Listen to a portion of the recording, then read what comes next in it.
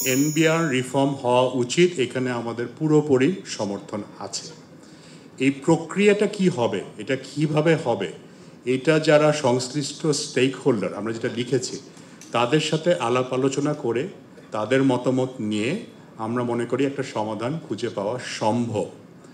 আমরা জানি যে এনবিআরে সৎ এবং কর্মঠ এবং দেশপ্রেমী অফিসার আছেন, তাদের ভবিষ্যৎ কি হবে এটা তাদের জন্য একটা ন্যায্য প্রশ্ন। এটা অবশ্যই আলাপ করার একটা জায়গা থাকতে হবে। আপনি যে প্রশ্নটা বললেন আস্থার অভাব, এখানে যদি ব্যবসায়িক কমিউনিটিকে ডাকা হয় আই এম শিওর আমরা হাতে গিয়ে আসবো, কিন্তু আমাদের তো বলা হয়নি।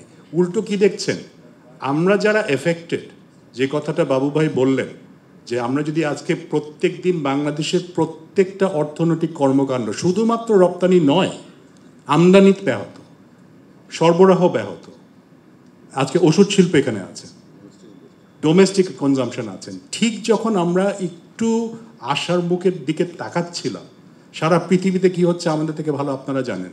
আমরা কি কেন এখানে লিখেছে market will not wait for Bangladesh. আমরা কি সিগন্যাল দিচ্ছি যে একটা দেশে পুরো কাস্টমস বন্ধ হয়ে যেতে পারে? আমার জানা মতে পৃথিবীতে অন্য কোনো দেশে এরকম উদাহরণ নাই যুদ্ধ ছাড়া।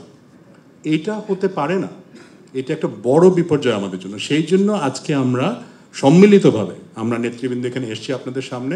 অবশ্যই আমরা মধ্যস্থতা না, এটা আমাদের সার্ভাইভালের প্রশ্ন। আমরা চাই কোনো সমস্যা যে টেবিলে বসে সমাধান করা যায় না, এটা আমরা বিশ্বাস করি না।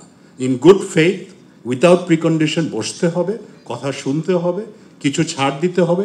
কিন্তু দুটো জিনিস, প্রথমেই যেটা ফারিস ভাই বলেছেন, এনবিআর এর সংস্কার হতে হবে। আমি ব্যক্তিগতভাবে অনেক এনবিআর অফিসের সাথে কথা বলেছি, ওনারাও চাচ্ছেন যে সংস্কার হোক, নাসিম ভাই সংস্কার হোক, কিন্তু আমাদের সাথে আলাপ করেন আমাদের ভবিষ্যৎ কী। আমি একটা উদাহরণ দিয়ে শেষ করব। আমি একজন ইয়াং ফার্স্ট সেক্রেটারির সাথে কথা বলেছি একটা অফিসে দাঁড়িয়ে। উনি বলছেন যে আমি যখন সকালবেলায় অফিসে যাচ্ছি আমার মা জিজ্ঞেস করছে তুমি কোথায় যাচ্ছ, তোমার অফিস তো বিলুপ্ত হয়ে গেছে। তো আমি তো বিসিএস পরীক্ষা দিয়ে চাকরিতে ঢুকেছি। একটু আগে যেটা বলা হয়, কারো নামে যদি কোনো নির্দিষ্ট অ্যালিগেশন প্রমাণিত হয় সে করাপ, তার বিরুদ্ধে আপনি অ্যাডমিনিস্ট্রেটিভ অ্যাকশন নেন আইন অনুযায়ী, কিন্তু সবাই তো খারাপ না। তো তাদেরকে তাদের ভবিষ্যৎ তো বুঝিয়ে দিতে হবে। তো এটার উপায়টা কি? গতকাল আমরা অর্থ উপদেষ্টার সাথে কথা বলেছি, আমাদের এখানে আইসিসির সভাপতি উনি নিজে কথা বলেছেন টেলিফোনে। আমরা কথা বলছি, আমরা ওনাদের সাথে কথা বলছি, এনাদের সাথে, কিন্তু আলটিমেটলি বিজনেস এনভায়রনমেন্ট ঠিক করার দায়িত্ব কি আমাদের না সরকারের এবং সরকারি কর্মচারী? এই প্রশ্নের উত্তর আপনারা একটু প্লিজ দেবেন।